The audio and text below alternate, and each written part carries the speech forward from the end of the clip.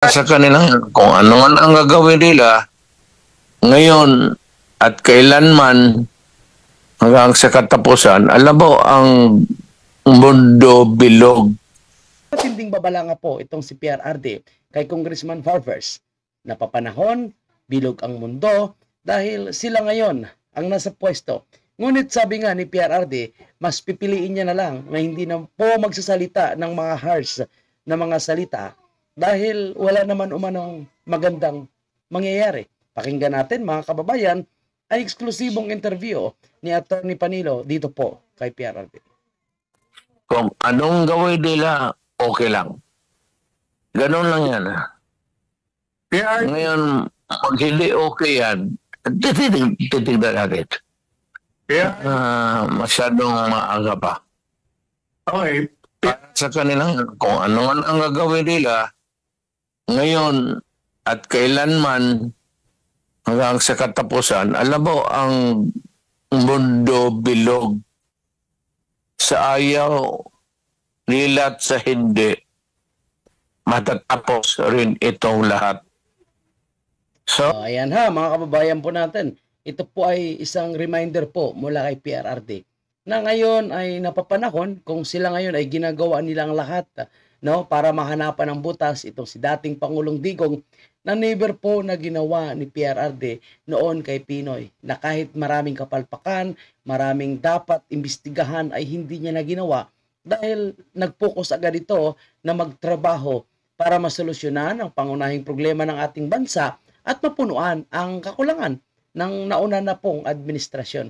Ngunit kabaliktaran ngayon sa administrasyong ito, kaya hindi po tayo magtaka kung bakit walang proyekto, bagsak ang ekonomiya, nagbibenta po ng assets and shares dahil mas inuuna po nila yung pamumulitika.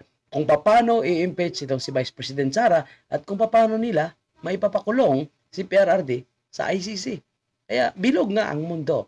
Kaya humanda na lang sila siguro pagkatapos na ng kanilang termino o kung tapos na po yung kanilang paghari-harian. Tandaan natin mga kababayan, majority ng mga Pilipino ay mahal pa rin ang mga Duterte. palagay ko, yung nakikita ko, kung diyan lang naman ang dadating sa atin, wala nang iba, di okay na. Wala ako. Yung nakikita ko na nilusob yung bahay ng anak ko, parang rehearsal ng martial law yan o exercise lang ng pulis na walang magawa. Okay lang rin sa akin yan. Sabi ko, lahat ito tatanggapin natin sa sikmurain natin. Kung ayaw kong if you want to use a harsh word, kasi sikmurain naman lang. Total sabi ko, itong lahat, it will come to pass. It will come to pass. There will be a reckoning somewhere someday. Ganon lang yan. So, sabihin mo ba sa kanila, bali yung ginagawa ninyo. Sabihin na nila taba. O sabihin ko yung taba yung ginagawa ninyo. Sabihin ninyo, pasensya na, bali. Walang mangyari sa panayan. Ibig sabihin, kabalastugan lang ito lahat ng exchange of harsh words o pag-away. Huwag na lang, panahon nila. So, umaasa na lang tayo dyan sa the eternal huwag natin sa malayo, huwag natin punta sa langit, yung bula na lang na umiikot. It will correct itself in due time. Ganoon na naman ang mensahe ko kay Barber, kay masyado kay Torre, sa KOCG. Kung pagbigyan tayo ng Panginoong Diyos na may magawa pa tayo sa ginawa sa atin, okay na. Pag wala ng panahon na ibigay ang ng Diyos sa atin,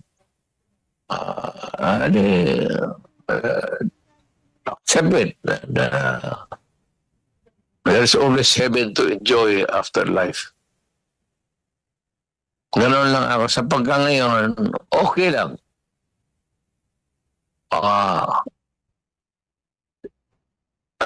Lahat okay lang.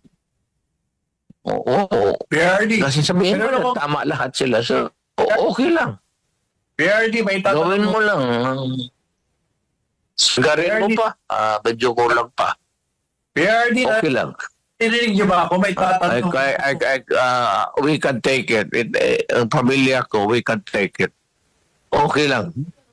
So mukhang hindi maganda po yung audio mula kay PRRD, mga kababayan po natin. Pero naintindihan po natin yung kanyang sentimento na naramdam niya nga po ngayon ang panggigipit na ginagawa po ng administrasyong ito. Particularly po yung nasa Quadcom na pinamumunuan ngayon ni Barbers. Pero ang sabi nga ni PRRD, kung mapagbigyan po siya ng pagkakataon na makapag-serbisyo or makabalik. So yan po yung siguro yung kanilang pakaabangan, mga kababayan po natin, kung sana lang ay makayanan pa po ni PRRD at lumakas pa ito. Ang panalangin po natin, sana po bigyan pa po siya ng Panginoon ng malakas na pangangatawan at muling makatulong po, makaserbisyo sa sambayan ng Pilipino. Yung tamang serbisyo na walang pamumulitika, walang pamimersonal, dahil alam natin ang ginagawa ni PRRD. Talagang purely makatao lang, Wala siyang planong magnakaw, gamitin ang kanyang kapangyarihan para paghigantihan ang mga taong ito. Pero kung kinakailangan na depensahan po ang kanyang sarili, palagay ko ito na po yung panahon na tumakbo po si PRRD sa pagkasenador. May ilang araw pa po at wala pa pong pinal na desisyon sa mga Duterte kung sinong tatakbo sa pagkasenador. At ako, naniniwala ako na ito na ang tamang panahon, na kailangan ni PRRD na umupo bilang senador para madepensahan niya po ang kanyang sarili.